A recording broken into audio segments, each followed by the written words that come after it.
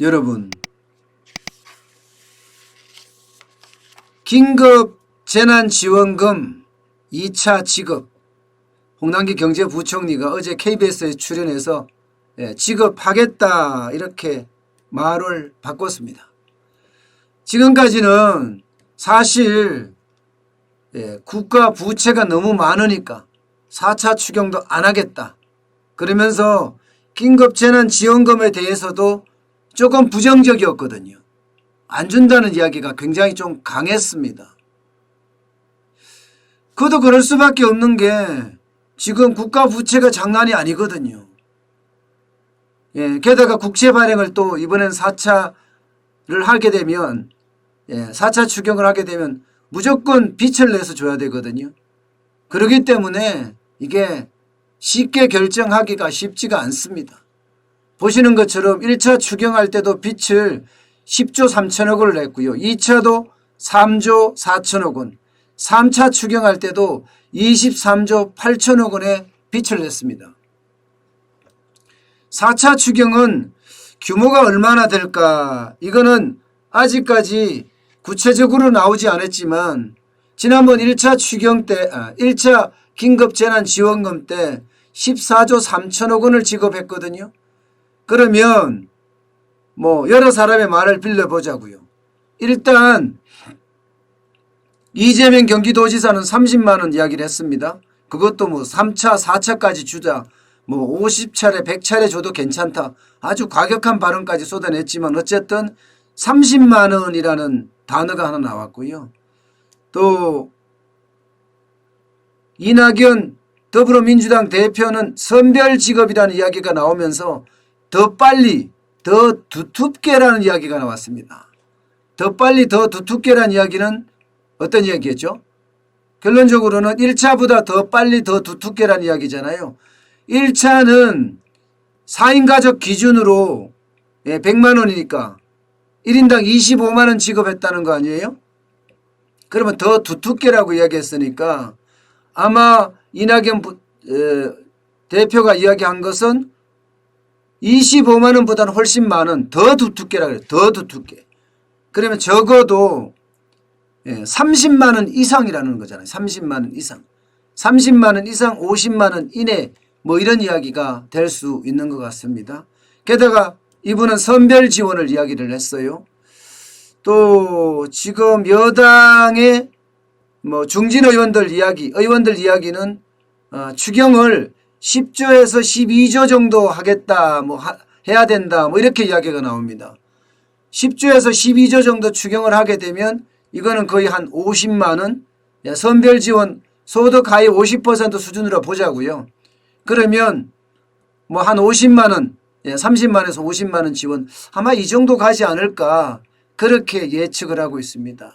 그렇게 됐을 때 4차 추경은요. 기본적으로 10조는 넘는다. 10조는 넘는다고 하면 이게 모두가 국가 채무, 빚을 내서 줘야 되니까요. 그러면 빚을 내서 지금 30만 원에서 50만 원을 준다는 그런 결론이 생기는 겁니다. 어쨌든 간에 빚은 점점 많아진다. 국가 채무는 840조에 가까운데 여기에다가 빚을 더 내서 또 준다고 하니까 참 답답한 노릇이죠. 그렇다고 주지 않을 수는 없습니다. 주지 않을 수는. 일단 정부의 기조는 분명해졌습니다. 이제 정부의 기조는 여당의 대표도 선별직업이고 야당의 대표도 선별직업이고 정부도 선별직업이니까 기조는 분명해졌어요. 소상공인, 자영업자, 실직자 그리고 저소득층 이렇게 이제 주겠다 이런 생각입니다. 여기에다가 더 빨리 더 두텁게니까 30만 원에서 50만 원 주겠다. 이것도 정해졌습니다. 그리고 4차 추경을 해야 되는 것도 거의 정해진 거죠. 여당 야당이 다 공감대로 형성돼 있으니까 아마 그렇게 되지 않을까 이렇게 예상을 하고 있습니다. 그럼 지급은 언제 할 거냐? 지금은 오늘이 9월 2일이니까요. 더 빨리 더 두텁게라고 이야기했으니까 가장 빨리 지급되면 추석 전이겠죠. 여당 입장에서도 야당 입장에서도 공감대가 형성이 됐다는 것은요. 추석 민심을 분명히 헤아려야 되거든요. 그러면 추석 민심을 헤아리기 위해서 아마 추석 설빔 자금, 추석 설빔이 아니죠. 추석을 쉬는 자금, 추석 생존 자금으로 아마 지급하지 않을까 그렇게 예상을 하고 있고요. 절차는 뭐 이번 주에 시작이 되겠죠. 어제 저녁에 KBS에 나와서 홍남기 경제부총리가 이야기를 했으니까 당정청 회의가 빠르면 이번 주에 이루어질 거고요. 당정청 회의가 이루어지면 거기서 결정된 것을 야당하고 협의를 하겠죠. 야당하고 협의를 하면 야당과 협의만 끝나면 바로 이제 상임위원회에 올라갈 거고, 뭐 4차 추경 자체가 상임위원회에 올라가면 법사위에 올라갈 거고, 뭐 3일 만에도 했잖아요. 3일 만에도. 그죠? 예, 대통령 재가까지 4일 만에 임대차 보호법 한 전력이 있습니다. 이미 여당에서. 뭐 4일 만에 다 될 수 있는 거예요. 이제는요, 아마 그거 전설이 될 거예요. 전설이. 앞으로 4일 만에 모든 일이 이루어진다. 이게 아마 앞으로는 전설이 될 겁니다. 무조건 통과시키면 되니까. 여당의 힘이니까. 176석의 공영 여당이니까 얼마든지 할 수 있잖아요. 그죠? 그러니까 뭐 야당도 지금 반대 안 하는 상태니까 정의당도 지금 반대 안 하잖아요. 그러면 바로 통과가 될 거다. 저는 이렇게 보고 있습니다. 어쨌든 30만 원에서 50만 원 사이. 50만 원이 갈 수도 있나? 50만 원이 가기엔 좀 쉽지 않을 거예요. 50만 원이 가려고 하면 소득 하위 50%한테다가 적어도 그러면 4차 추경이 14조 15조 이야기가 나와야 되거든요. 그런데 지금 민주당에서 나오는 이야기는 10조에서 12조 이야기가 나온단 말입니다. 그럼 50만 원은 안 될 가능성이 굉장히 크고요. 50만 원 이상은 좀 힘들지 않을까 일단 그렇게 봅니다. 자, 문제는요. 문제는 이제 이재명 지사입니다. 이재명 지사가 사실은 지금 30만 원씩 전 국민에게 지급하자 이렇게 주장을 하고 있잖아요. 그것도 2차에서 끝나는 것이 아니라 3차, 4차까지 지급을 하겠다. 여기에다가 뭐 50번, 100번 지급하면 어떠냐. 우리 재정에 뭐 100%의 문제가 있느냐. 이렇게까지 지금 제가 생각해서는 거의 막말인데 막말 수준까지 이야기를 했습니다. 그러니까 홍남기 경제부총리도 이 문제에 대해서 한마디 했어요. 이 문제에 대해서. 야, 참 책임 없는 답변이다. 이렇게 말입니다. 국회 출석을 해서 책임 없는 답변이라고 이야기를 하니까 자, 이러면 지금 문제가 좀 하나 생기죠. 그죠?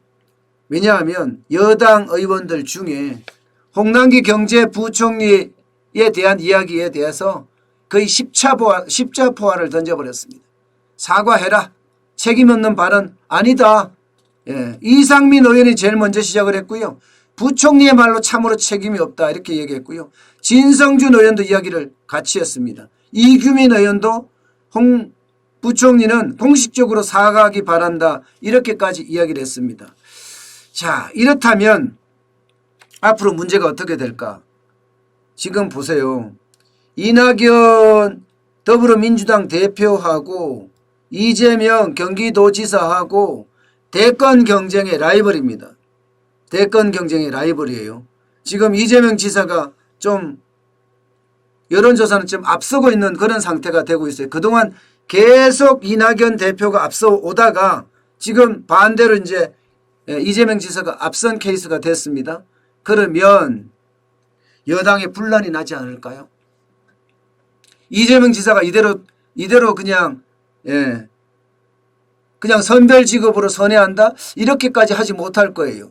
왜냐하면 지금 선별 지급으로 하는 거에 대해서 왜 야당에 동조하냐 하고 야당하고 똑같은 사람이다 이렇게까지 비난을 하고 있는 정도거든요. 게다가 여당의 일부 의원들이 지금 동조를 하고 있는 상태고 그렇다면 이게 뭔가 여당 내에서도 큰 분란이 나지 않을까 하는 예측까지 지금 저는 해봅니다. 어쨌든 이재명 지사가 여기서 지고 물러설 사람은 분명히 아니고요. 재정 자체가 정치화되어 있고 특히 긴급재난지원금은 이게 지지율하고도 굉장히 큰 관계가 있기 때문에 굉장히 밀접한 관계가 있기 때문에 이재명 지사도 그냥 호락호락하게 넘어가지는 않을 것으로 보입니다. 분명히 여기에서는 한 번에 어떤 혼란이 오지 않을까. 이게 뭐 선별 직업으로 가느냐 전국민 직업으로 가느냐를 두고 조금 혼란도 있고 여당 내에 파열음도 일어나지 않을까 저는 그렇게까지 생각합니다. 어떻게 생각하면 이게 대선으로 향한 아주 심각한 파열음으로도 갈 가능성이 굉장히 농후합니다. 이게 이재명 지사 입장에서는 여기서 뭔가 기선을 제압하지 못하면 지지율도 떨어질 뿐만 아니라 대세론 이낙연 대세론으로 굳어질 가능성이 굉장히 크거든요. 때문에 어떤 반응이 앞으로 어떻게 나올지 한번 우리가 지켜보는 것도 재미있을 것 같습니다. 중요한 것은 어쨌든 빚내서 국민들에게 재난지원금을 준다. 저는 반대하지 않습니다. 반대하지 않습니다. 유동성이 굉장히 많이 풀리는 거에 대해서는 굉장히 우려스러운 건 맞는데요. 지금 코로나19에 대한 2차 팬데믹이 사실상 우리 경제에 치명타를 줄 수 있기 때문에 분명한 소비가 될 수 있는 소비로 일어날 수 있는 내수를 진작시킬 수 있는 방향으로 돈이 풀어져야 된다. 저는 이렇게 생각을 하고요. 지난번처럼 저소득층에게는 현금을 지급을 했거든요. 현금을 지급을 하지 말고요. 언제까지 써라 하는 쿠폰 형식으로 지불하면 어떨까 싶어요. 그래야지 내수에 실질적으로 도움이 되잖아요. 쿠폰 형식으로 줘야지 이거를 현금으로 똑같이 주게 되면 지난번과 별반 차이가 없습니다. 재난지원금이라는 게 뭐예요? 기본적으로는 내수를 진작시키고자 하는 그런 수단이잖아요. 빚내서 주는데 내수까지 진작이 안 되면 빚내서 그야말로 나라 부채만 더 늘리는 그런 결과를 초래할 수도 있거든요. 때문에 빚내서 주는 것만큼 이게 아주 신중하게 다루어서 실제로 내수에 충분히 효과가 있게끔 추석 대목에 많은 사람들이 도움이 될 수 있게끔 지급을 해야 된다. 저는 그렇게 생각을 합니다. 또 어설프게 말입니다. 이게 현금으로 지급해서 돈을 안 쓰게 만들고 다시 저축을 하게 만든다면 이거야말로 아주 잘못된 지급이 될 거예요. 분명한 것은요. 소비로 일어나야 됩니다. 소비로. 이게 소비로 안 일어나고 저축을 한다든가 그렇게 해서는 분명히 안 된다는 사실 분명히 알아야 할 것입니다.